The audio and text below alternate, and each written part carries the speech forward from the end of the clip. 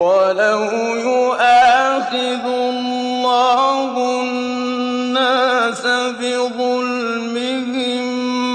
مَّا تَرَكَ عَلَيْهَا مِن دَابَّةٍ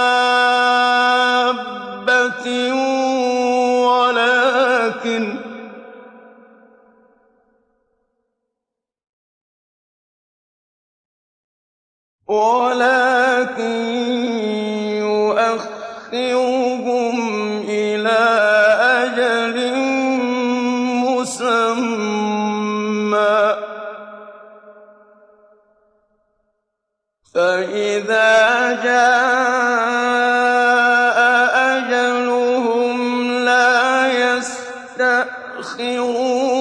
سَاعَةً